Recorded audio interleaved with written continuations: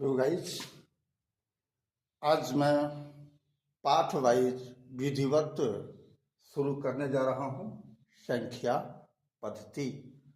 तो क्लास 10 तक नीचे क्लास से 1 से लेकर के 10 तक के विद्यार्थियों को जाननी यह जरूरी है, लेकिन खास करके 10 वाले को तो जानना जरूरी है। तो वीडियो 1 में हम बता रहे हैं, जैसा कि मालूम है भाज्य भाजक भागफल और शेषफल में क्या संबंध सूत्र होता है। तो ऐसा मालूम है भाज्य बराबर भाजक गुना भागफल प्लस शेष होता है। ठीक है, इसी बात का उपयोग करके दूसरी बात जो क्लास 10 में बताई गई है, दो संख्याओं a और b के लिए यदि a बड़ा हो b से तो a बराबर बी क्यू प्लस आर क्या कहलाता है यदि q भागफल एवं r शेष हो। तो आंसर सबको को मालूम है होना चाहिए, यूक्लिड का भाग लेमा या भाग एल्गोरिथ्म कहलाता है। यानी यूक्लिड का भाग लेमा या भाग एल्गोरिथ्म क्या कहता है। तो दो संख्याओं a और b के लिए यदि a बड़ा है b से, अगर हम a में b से भाग करेंगे तो क्या होगा a plus B Q plus R, जहाँ q भागफल है एवं r शेष।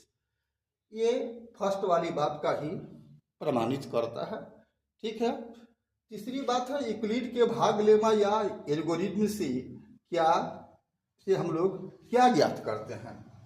तो लासा मासा दोनों इनमें से कोई नहीं, उत्तर क्या होगा मासा। ठीक है, इसके अलावा भी महत्वपूर्ण बात है जिसे मैं आपको आगे बता रहा हूं।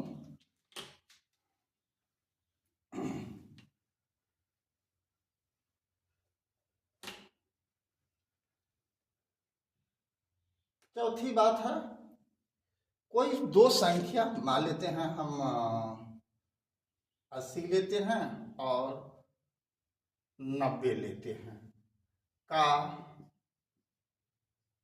मासा यूक्लिड के भाग लेमा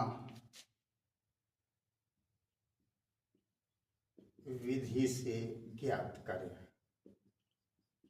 तो आप ऐसे भी भाग विधि से महत्तम बनाते हो। थोड़ा देर के लिए अगर 80 या 90 का हमको अगर मासा निकालना है तो क्या करते हैं हम 80 से 90 में भाग करते हैं। फर्स्ट रन है क्या होता है 10 शेष फल गिर जाएगी।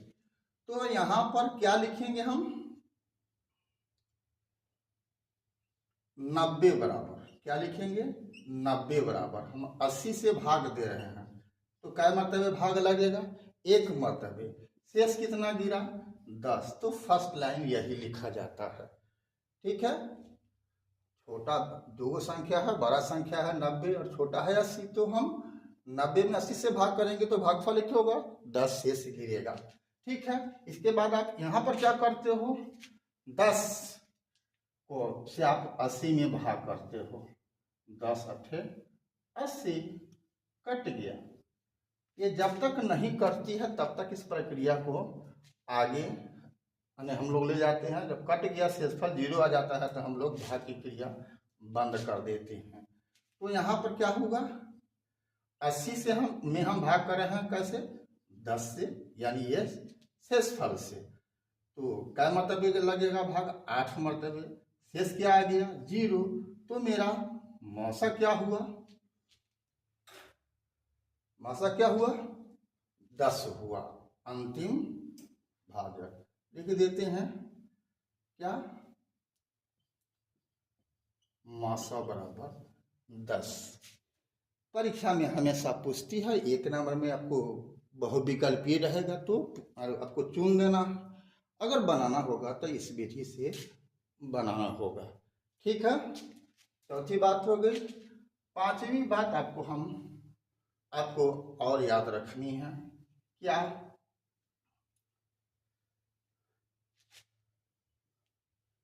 दो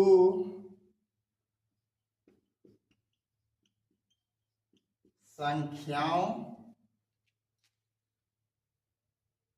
की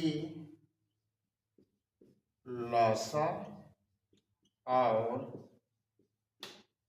मसा का गुणनफल उन संख्याओं के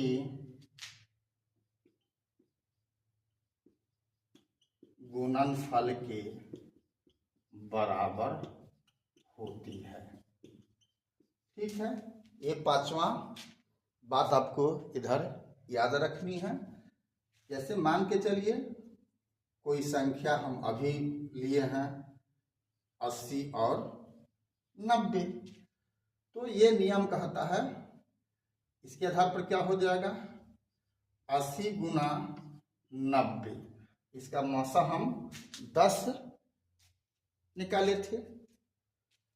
ठीक है, 80 या 10 का गुणनफल बराबर हो गया मौसा गुना लसा या लसा गुना मौसा होता ही है। तो क्या हो जाएगा, अभी हमको नहीं मालूम है, थोड़ी देर के लिए मान लेते हैं कि क्या हो गया, लिख देते हैं LCM। LCM क्या हो जाएगा, LCM बराबर हो जाएगा 80 गुना 90 बटा में 10, 8 9 72 यानी 720। तो इस बात का उपयोग है कि अगर हमको दो संख्या दिया रहे और दो यानी उसका लसा और मसा दिया रहे, तो चार में से कोई एक मालूम करना होगा, दो दिया रहेगा। अगर मौसा पूछ रहा है तो एलसीएम दिए रहेगा, इस संख्या में से कोई एक संख्या गायब रहेगी तो ये दोनों दिया रहेगा। तो आपको मालूम है इसको सॉल्व कैसे करते हैं, गुना है तो भाग हो जाता है साइड चेंज करने पर, अगर भाग है तो गुना हो जाता है, जोड़ है तो घटाव हो जाता है, घटाव है तो जोड़ हो जाता है। तो आज का वीडियो में यही 5 बात, ये 5 बात नहीं है, 50 हिसाब नहीं, 500 हिसाब, अनेक हिसाब, जो भी हिसाब है बस इसी 5 बात से संबंधित आपको पूछेगा, इसी बात का उपयोग रहेगा।